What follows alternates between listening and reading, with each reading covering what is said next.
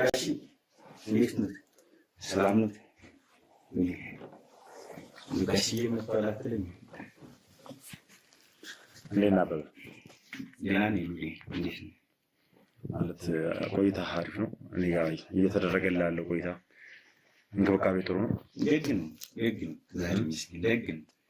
እስካሁን ማንም ያስጨነቀ ሰውም የለም? ኧረ በፍጹም ጥበቃውም በስትክክል ስላለ ያው ማንም ደፍሮ አልፎ የሚመጣ የለም አንተ ጋር። ከዛ ባሻገር ያው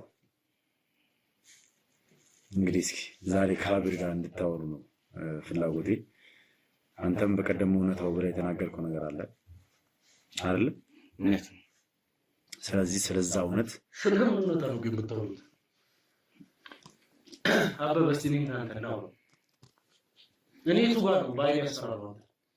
ጋሺ የዛለት እንደው ትዝ ካሉት እርሱ ከገቡ በኋላ ልጅት መጣች።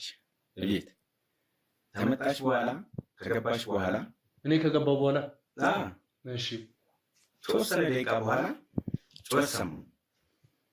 ይሄ ነገር ምንድነው ብዬ ተመኝቴ የሮጥኩ ወርጄ ልገባ ስል ታስታውሱ እንደሆነ በሩን ከውስጥ ገፍትሮ ዘብ ታስታውሱ እንደሆነ እሺ። ያ በኋላ ምን ተደረገ? እነዚህ ፖሊሶቹ መጡ። ፖሊሶቹ ከመጡ በኋላ ካወራችሁ በኋላ ስትወጡ ብሎ ቀቀሱ።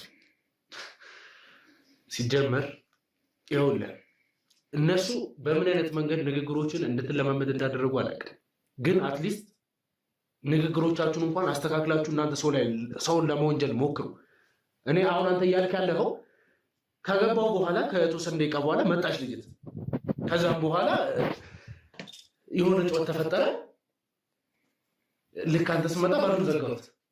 በሩ ክፍት ነበር ማለት ነው። አንድ ሁለተኛ ደግሞ ልክ ያ ነገር እየተፈጠረ እንዳለ ፖሊሶች መጡ። ፖሊሶች እኛ ቤት የመጡት እኮ ከነጋለን አይደለም ጋሽ የዛለት ትዝ ካሉት አይደለም እኛ ቤት ፖሊሶች የመጡት አካባቢ የሚያውቁት ህግም የሚያውቁ ነገር ነው። ፖሊስ የመጣው እኛ ቤት ጠዋት ነው ከነጋዋል።